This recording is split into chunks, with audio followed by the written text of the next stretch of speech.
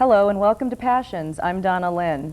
A few shows ago on a segment called Brain and Mind, I promised you a show on psychotronics and the work of nuclear and theoretical physicist Thomas E. Bearden's work on cancer and AIDS and other diseases, his research on that. Tonight, my guest is a distinguished international journalist and talk show host. He had the #1 talk radio show for 7 years in its time on KABC. You may not recognize the face, but you will certainly recognize the voice. Joining us tonight, Bill Jenkins. Donna Lynn, thank you for inviting me to Passions. It's a pleasure to be here. Thank you. And I admire the work that people like yourself are doing all over this Southern California, particularly where I'm aware of it, in these access channels. I just think it's wonderful to see bright young people like yourself and others getting into the television business and bringing a whole new level of entertainment to the television viewers on the various cable systems, something outside of mainstream television. It's just it's a delight to see it, and a delight to be a part of it and to be invited here. I love it. Well, thank you very much. Yes, there is some excellent programming. Yes. Now let's begin with you had the #1 radio talk show in its time, on KABC. Right. And could you tell us just a little bit about that and where it's going now? Well, it was called Open Mind, and we dealt with subject matter that, again, mainline media doesn't deal with.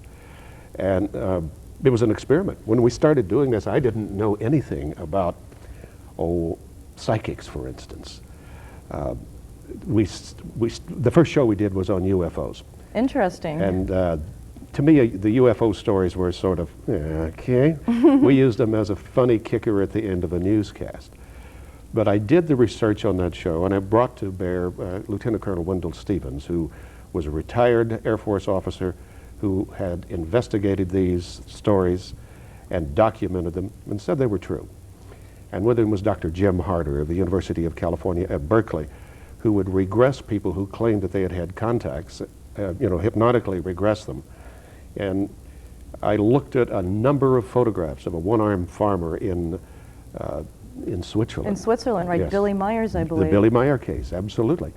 And brought into that picture a fellow by the name of Wally Gentleman, who was responsible for so many of the special effects that happened in 2001: A Space Odyssey, and he has 18 Academy Awards, both here in the United States and in Great Britain, for his work as a cinematographer and a special effects artist. And I had him go over those photographs very carefully. What did he say? He said they were real. Really? Despite what the critics of Billy Meyer may say, they were real. We analyzed the sound that was recording, and it was real. It couldn't have been done by a synthesizer or anything else. And so all at once, it dawned on me that there's a lot going on out here, really, that we just don't know about. And I remember driving home that night, which was in 1979. And I said, that's one of the most interesting shows I've ever heard in my life. Verification of Verification UFOs. of these strange phenomena that was going on. But then, before I got home, live out in the valley here, it dawned on me that I had 5 more years of these shows to do, and that was it. I didn't know anything about it. So my producer there at the station wanted me to talk to this person. And I said, what is that person? What does she do? She said, well, she's a psychic. I said, that's good. That's nice. What's a psychic? I didn't know what a psychic was. And she says, Bill, come on. I was just talking to her, and she was telling me things about myself, like myself and my boyfriend last night, that she had no business knowing. You better talk to her. Really? Yeah. So I called her. She had just come into town, and she was staying at the Holiday Inn down in Hollywood. And I'm talking to her. I'm at my home, and she's down there, and I'm telling her why I wasn't going to put a psychic on the air, basically because it might be interesting to the person who's on the phone trying to find out about a boyfriend or a job or an apartment, or those that are on the line, but it gets to be a bore after a little bit to everybody else. Meanwhile, she's educating me as to why I should. So many people are interested in it. Look at the Right. 900 numbers right now. After a while, we'd had a long conversation. She says, Bill, can I do something with you? Just to prove a point. And I said, well, yeah. She says, well, it's almost like I have a television screen. I can see you. You're sitting at a great big desk. Great big desk. Looks like a walnut desk. Yeah, it's pretty good size. It's a big desk. He says, but you don't have a desk like on it. You have like a lamp there on that desk that like you would have in a living room. And I said, well, I had an extra one, and I like it, and that's where it is. He said, there's looks like about a half-written manuscript there on the right side of the desk. And you were writing something. I said, yeah, it's about half done. He said, and behind you, this is not in an office. This is in your bedroom. And well, yeah, the other rooms, the kids are still, yeah, it's in the bedroom. And there is an L-shaped oaken desk behind you. So, well, yeah, I got it cheap at Levitt's. It only cost $100. And it's got a brand new typewriter on it. And I said, yeah, I do a lot of writing, and I just bought that new Selectric. He said, can I tell you something else? I said, sure, go right ahead. She says, I don't want you to be embarrassed or anything. It's very nice, but you're sitting there in the nude. I said, be at the studio. Uh-oh. I found out what a psychic was. She was really quite thrilling. And from there, it was just an educational experience for me. Next thing I know, I'm dealing with people who go out of body. I never heard of this Astral either. projection. Astral projection, the out-of-body experience. And as the callers came in and started relating to them, you know, the experiences they were going on, I met Daryl Gates in the hall the next day at the station. I says, Daryl, you better get a cop up there, because that's where everybody in Los Angeles is going at night. And then later I got with Bob Monroe, the Monroe Institute of Sciences, had him on. And about the seventh or eighth guest was Thomas E. Bearden. And Tom Bearden proved to be just a phenomenal guest. We had great concerns about, we were dealing with matters of very advanced physics, nonlinear physics primarily. So is this beyond classical electromagnetics? Oh, this is far beyond classical electromagnetic theory. But Tom had a way of just expressing that, and it was so fascinating. Right, I saw him speak at the Brain and Mind Symposium, and he just made everything so easily understandable for people that had no basic background in physics. He did that, and we saw that the ratings and the share on the shows, particularly when Tom was on, were climbing up there. The shares were getting over 20, and the average quarter hours are going well over 100,000. And this is on a Saturday night from 9 to midnight. You had a 3-hour, this was 3 hours every night? 3 hours every Saturday night. Every Saturday night. How did he, what is his basic work? I mean, psychotronics that's already ancient history? That's ancient history right now. But what is psychotronics? Psychotronics means psycho, and tronics means technology. The combination of the psychic energy of a person, and coupling that with technology to achieve work. The great experiments in psychotronics began by the Soviets at Semipalatinsk in the Soviet Union, and it was developed as a method of warfare. They wanted to do a number of things with that. They could actually create some great disasters with it, which they did do, and they could peer into great distances, psychically have something better than radar. This was before the Soviets had over-the-horizon radar, and they were trying to, and realizing some success with psychics that had this ability, to which they would couple technology and get it out. It was an amazing time of research for the Soviets in this area known as nonlinear physics, which was unknown to the West, and was unknown to the West, not even paid attention to by Western scientists until just about the mid-'80s. And I'm under the impression that some of the work that Thomas E. Bearden is it in theory, he's taking, I'm not understanding this, so I'm hoping that you can help us to understand this, that he's taking diseased cells, if people have cancer, AIDS, leukemia, whatever disease they might have, that he takes the diseased cells on a template back through time and space, like through the time and space continuum. This sounds like Star Trek. This is one of his latest efforts. He decided, because of the enormous opposition to the concept of healing people with anything other than drugs and chemicals, right, and which are surgery. Not good for you. No surgery. There's a massive amount of lobbying that goes on in Washington to preclude that from happening.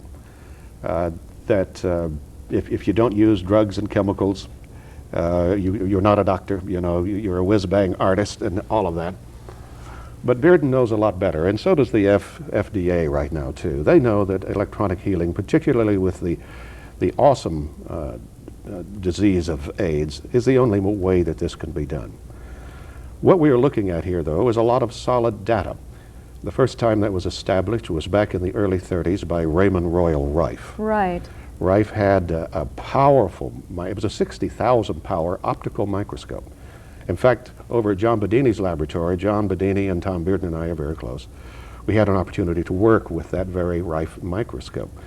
And you can look down and watch the virus itself while it's living and see what would happen. And this is what Rife would do. If you put it into an electron microscope, the virus is killed by the electronic field of the microscope. So with an electron microscope, can't watch a living virus. And Rife then would watch the viruses, and he would, using an apparatus that was designed for him by Dr. Forrest and Dr. Abrams, Dr. DeForest. Dr. DeForest, by the way, developed the television tube. And Dr. Abrams developed the power plants that radio and television stations operate by. And when we're talking about heavyweight people, with a combination of frequencies, and he could watch until he shattered that virus. And he knew now just what was the electrical frequencies to give you, if you had a disease, to shatter the virus. Now, was he working with cancer then? Oh, yes. And didn't he cure, was it 100 people that were on their way to the cemetery? That's right. In 1933, working under the auspices of the University of California, the School of Medicine there, the School of Medicine at UCLA, these are biggies, the Mayo Clinic, and the Scripps Institute at La Jolla, as well as an organization, I don't know whether it exists now or not, but it was the Pasadena Institute of Medicine. Took 100 catastrophically ill patients of the day. Their next stop was Forest Lawn. Tuberculosis, cancer, leukemia, all of those things. Polio that were plaguing us at that time. And treated them electronically. And he cured them. 100% cure rate. And then what happened? The hierarchy of the American Medical Association came down on him? Individuals within the AMA. We find out that they didn't operate under the auspices of the AMA, at least not officially. Started suing him. They had many court battles. In fact, one man from Detroit who's had facial cancer, he looked like something that Stephen King would use in one of his horror movies. And he cleared that man's face up to where he looked like you. And he testified in trial that no, he had never done anything like that. Can I stop you for one moment? I'm sorry, how much time do we have left? I didn't understand that. Talk to me. Oh, I'm sorry, I didn't. Live television. Okay. And there was a lot of subterfuge done there to keep them out. We found out that those that were behind all of these lawsuits were deeply invested in the pharmaceutical companies, in the insurance companies, and indeed in hospitals. And if this man had cured all of these catastrophic diseases, and it was written up in the Los Angeles Times and the San Diego Union and all over, and they were heralding him as the master healer. Right. There was another problem. Rife was not a MD. Uh-oh. He was a physicist, you see. But still, he cured 100 people Yep. that were on their way to Forest Lawn, as you say. And he so he cured- must have been doing something And right. he cured all kinds of rats and mice. But he ended up being hounded to death when he tried to open up his clinics down in Torrance and some other places here in Los Angeles, and died an alcoholic. Oh. That was sad. We could move the calendar forward in the early 70s, and there was a French doctor by the name of Anton Piore, Right. who was also a physicist. And that's who Thomas E. Bearden is basing some of his work on? This is the work we're looking at, both of these two men, because Piore didn't know exactly what was the triggering mechanism behind this. But he did totally cure tens of thousands of rats and mice. And he was operating under the auspices of the French Academy of Science. When he couldn't tell them how he was doing it, but he was doing it, they wouldn't go any further with his experimentation and withdrew their funding. Well, how and could he tried to destroy replicate it? If he couldn't tell them how he was doing it, how was he able to He replicate didn't know the it? triggering mechanism, he just knew it was happening. Now, all of the doctors in the French Academy of Science, of course, were men who learned anatomy and then learned chemistry. And they think in those terms, and that's what a doctor is today, speaks in those terms. So the Academy withdrew their support and had the Piore device or attempted to have the Peoria device destroyed. Of course, this is the same French Academy of Science that tried to ostracize Louis Pasteur and Madame Curie. So, you know, they don't have a good track record in this particular field. So we now know what that triggering mechanism is. What is the triggering mechanism? To do that, you have to understand just a little bit of our history. Okay. And every time I say this, somebody gets on, you know, and you know, calls me one of Satan's people, because I make a statement that we can genetically trace ourselves back, way back into the eons of time. We know we came from our mother and father, and they came from, and they came from. Right. We can go back, we went back there sometime to where we were just a little simple cell person, and then maybe a little more complex mechanism arose, and then we got out of the sea and evolved all the way through. Darwinian theory, sort of. Sort of. And during that period, we have to understand that the atmosphere did not have any oxygen in it. In fact, oxygen was a toxin to all of the living things back then. But because of the interaction of the minerals of the earth, because of volcanic activity, we saw plants grow, and of course plants started putting this terrible oxygen in the air. It's still very toxic, and it's very caustic. Oxygen from plants? Any kind of oxygen. And we had to evolve ourselves. We were at that time an anaerobic creature. Wait, let me stop you for a moment. We breathe oxygen. And we do now. I'm going to explain something. Okay. I'll explain it to you in a very simplified way. We were an anaerobic creature, which means without oxygen. Okay. Now we go down and do our aerobics, right? Right. That's because of the oxygen. We adjusted to the growing amount of oxygen in the air, and the mechanism by which we did that was to be found in the hemoglobin of the blood, where the hydrogen molecule, which is the most simple of all of the molecules, will fasten itself or bond to it 25 to 30 oxygen units. Let's just call them oxygen. This must be the hydrogen bonding therapy. Hydrogen bonding, and so the strong and the safe blood that we have today is going to have a lot of the oxygen bound to the hydrogen. However, we start breaking that down in our daily lives these days, or well, for a long, long time, and there's many things that break it down. For instance, stress will break it down, and you start losing some of those oxygen molecules off of the hydrogen. Guilt will break it down.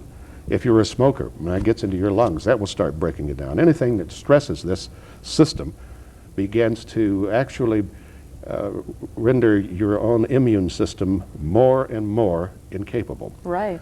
And finally, when it gets to the point when there's down to only 2 or 3 of those units of oxygen bound to the hydrogen, as a matter of last recourse, the command system, or the command center of your immune system, now I'm really simplifying this, says we have got to build up more of the anaerobic cells, because normally about 60% of the cells in your body are anaerobic, 40% aerobic. And you have to have those in your body right now. When you need a sudden burst of energy, we know how the metabolism of the body works. It takes a couple of minutes for the oxygen that you ingest during that period to become energy giving to you in its proper state. You go, if you say you're running a 100-yard dash at the Olympics, you're down there in just a few seconds. You went for the anaerobic cells. So the body starts building the anaerobic cells as a last resort, and where it builds them is indiscriminate. It could be in the lymph, we call it cancer. Those are the little tumors that come up. So the anaerobic cells within our body are the cells that store the cancer and the diseases? Yeah. Or well, I wouldn't call it storing the cancer and the diseases, but they are the ones that can turn loose the energy we need to function. Whenever we have kicked off the hydrogen bonding with the oxygen in the hemoglobin. Now, what you were alluding to for a little while ago is a process now to get that back together again, to get the hydrogen bonding proper. And we go back to the turn of the century for the keys to that with a physicist by the name of Ernest Whittaker, who really gave us just the almost, or if not really, the elements of unifying the magnetic and the electromagnetic fields. And we combine that with the works of Zyolkowski, right, which was another physicist. And we call that the WZ factor, those are two names. Make it simpler. And, yes. and then we have to look at the awesome work of Zakharov, who was a Soviet scientist, and he had another idea about how to electronically use well cells and damaged cells, because he could take an imprint or a template of a damaged cell and electronically transmit that to somebody else and change their cells, re-engineer their cells to be a replica of the damaged cell which was on his electronic template that he was broadcasting. And when was this? Do you know? This was happening in the 60s and 70s, and the first place they experimented with this was on the American Embassy in Moscow. We lost 5 of our ambassadors over there because of this. We lost many of the staff over there. They would rotate the staff because for some reason or other they would get sick. Many of the women that were pregnant over there lost the babies. And it was from this experiment of the Soviet Union. Well, you take that and reverse it and take the well cell and broadcast it to the damaged cell. And in effect, you're beginning to re-engineer the nuclei of a cell. And because this is in the virtual state, all of this activity is in the virtual state, which is nonlinear.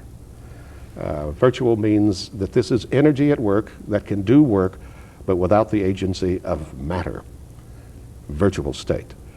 That then puts it where it can actually move up and down the space-time continuum. Time doesn't really exist.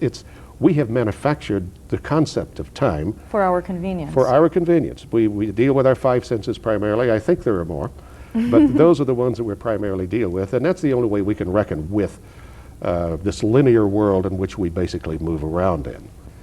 But the world of nonlinear science is opening up so many new avenues for us. This, of course, being one.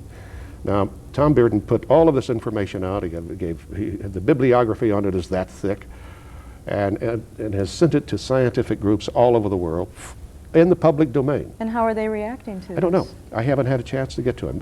Well, I do know that certainly the scientific group that put it out is reacting very positively and strong to it, because they know that the data is there, they know that the research has been done, and they are replicating the things that Anton Piori did.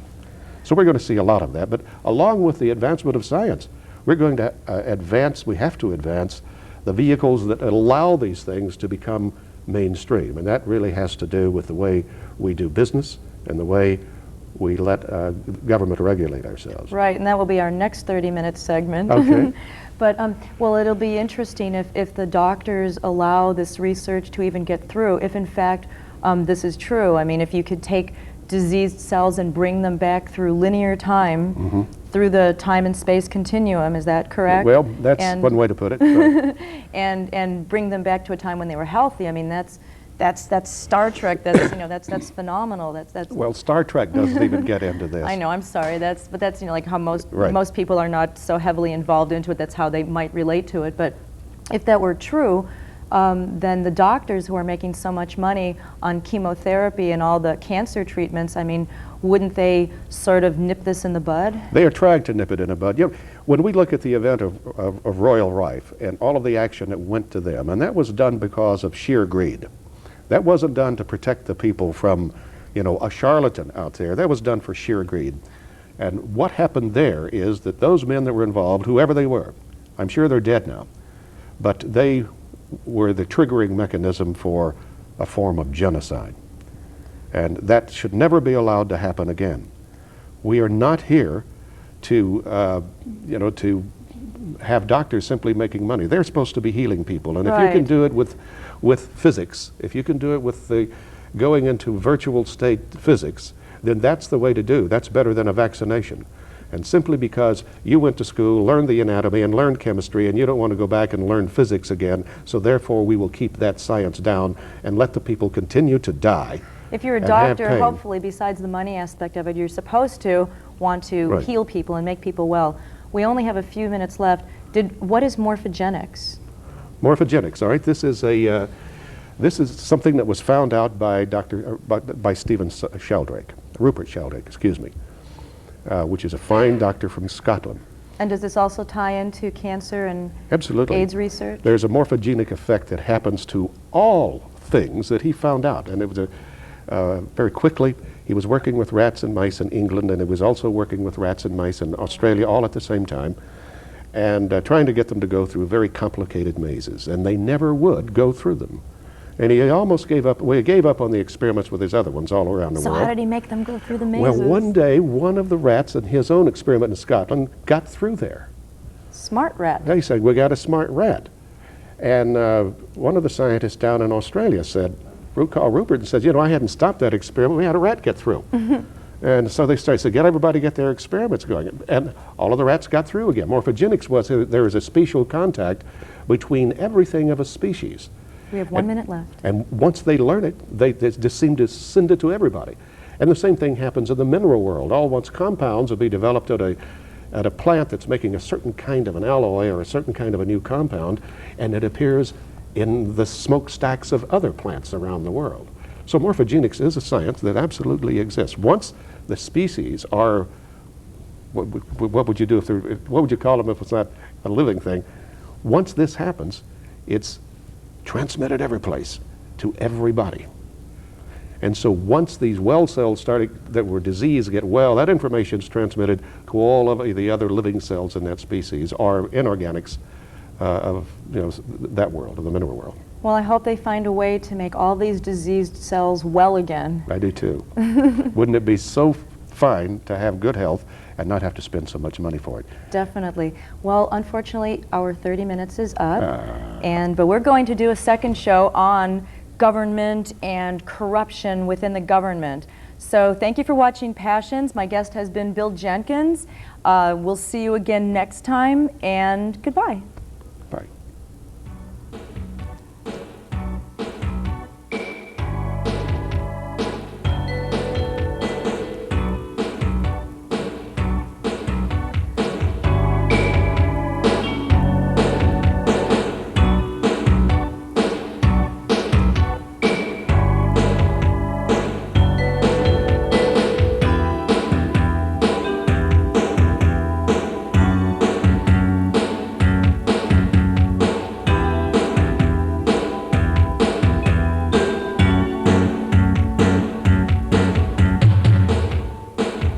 I'd like to thank some of my sponsors for helping to make this show possible. In Santa Monica, the Edelweiss Flower Boutique, the Next Hair Salon, and Milton Cole, all in Santa Monica. Thank you.